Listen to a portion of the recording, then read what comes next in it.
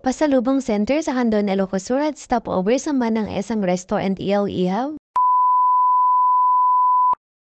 Hi guys! Dahil nga may sinadya pa kami sa may Santa Lucia, dumiretso na lang din kami dito sa may pasalubong center. Dito na mismo sa may Kandon. Nakaraang linggo nga ay galing nga si Mister tsaka si Simon sa vegan.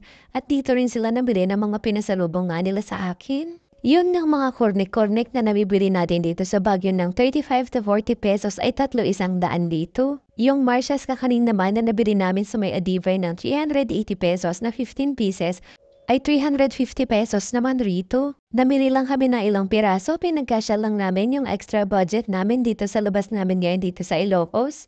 After nga namin sa may Kandon ay may nadaanan nga kaming restaurant na nakakatakawa ng pansin namin. Katulad nga rin sa may pasalubong center ay hindi nyo rin po problemahin ang paradahan dito kasi nga napakaluwang ng parking space nila. Dito nga sa Manang Esang ay bubungad sa inyo itong napakagandang mini kubo nila. Dito nga sa kubo ay meron ding electric pan at pwede din talaga kayong kumain dito. Masyado ang malaki tong kubo na gustong kainin ng mga bata.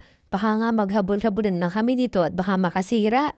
Kaya nga lumipat na lang kami doon sa may malapit sa kanilang counter. Napakaluwag nga ng restaurant na to kaya nga naman talaga ay kakasya kahit ilang tao. Habang papalapit nga ako doon sa may counter ay lalo ko talagang naramdaman yung gutom ko.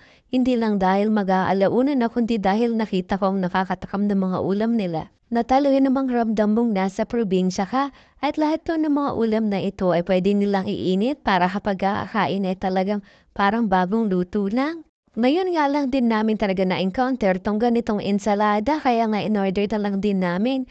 Kumuha nga din kami ng dinengdeng para kay Simon dahil nga mahilig siya sa sinabawang bagoong at gulay. Habang inaantay nga namin na ma-prepare lahat ng ulam na in-order namin ay nilibot ko muna sa may bandang likuran at talaga namang ang dami pa nilang kubo doon at napakaluwag talaga.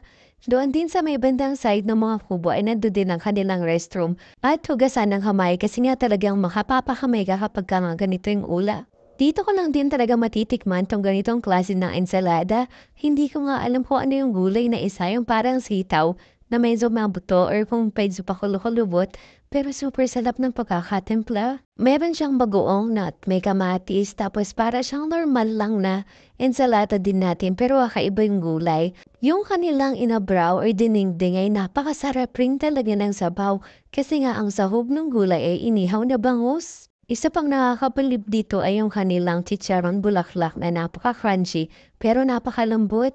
Ganon din yung kanilang lechon kawali. Sobrang sulit talaga kapag ka dito kayo kakain. Walang tapon. Pero biro, lahat masarap. Nag-bill kami dito ng parang halos 200 per head. Masarap mag-stop over dito. Try nyo!